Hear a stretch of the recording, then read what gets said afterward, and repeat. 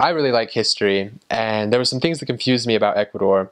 For example, one of them is when you go there, it seems like every month or every other month there's a different Independence Day, which is really weird for us because there's like the 4th of July and that's it. But in Ecuador, what happened is when they declared independence from Spain, it was kind of a city by city, province by province movement.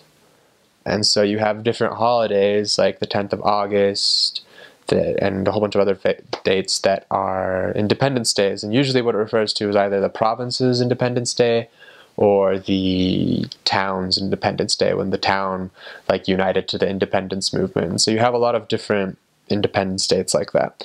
The country, I think it has kind of two. There's like when it sort of declared independence, and then the Battle of Pichincha when it won independence from Spain. So that was kind of confusing, and it took me a while to figure that out. Also, after that, Ecuador has had 26 constitutions, I believe, so it's had a lot of political ups and downs in its time.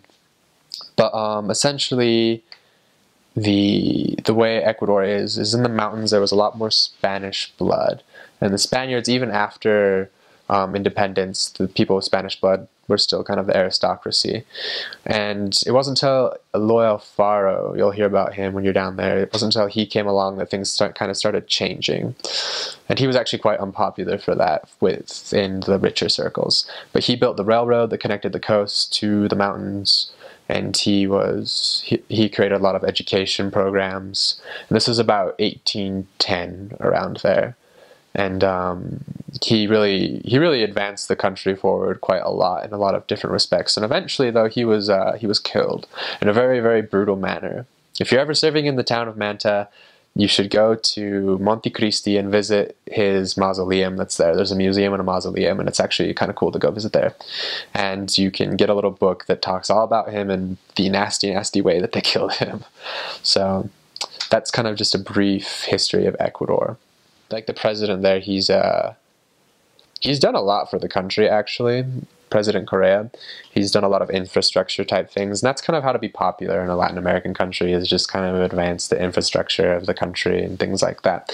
But the country is in a lot of debt, and there's the gas prices are down right now, so there's a lot of problems with that because one of their biggest export is gasoline, or oil, I guess. And he's a pretty popular president, and that's kind of a problem just because he's looking at a way to make it so he can be the president indefinitely, and he's not bound by the number of terms. And so there's like kind of, and the opposition, it's a multi-party system in Ecuador, and there's way too many parties, and they're not very effective at any sort of opposition movement. Most of the legislature is the president's party, and the rest of the legislature is just a splinter group of tons of small parties that can't really agree with each other. So looks like he might be there for a long time.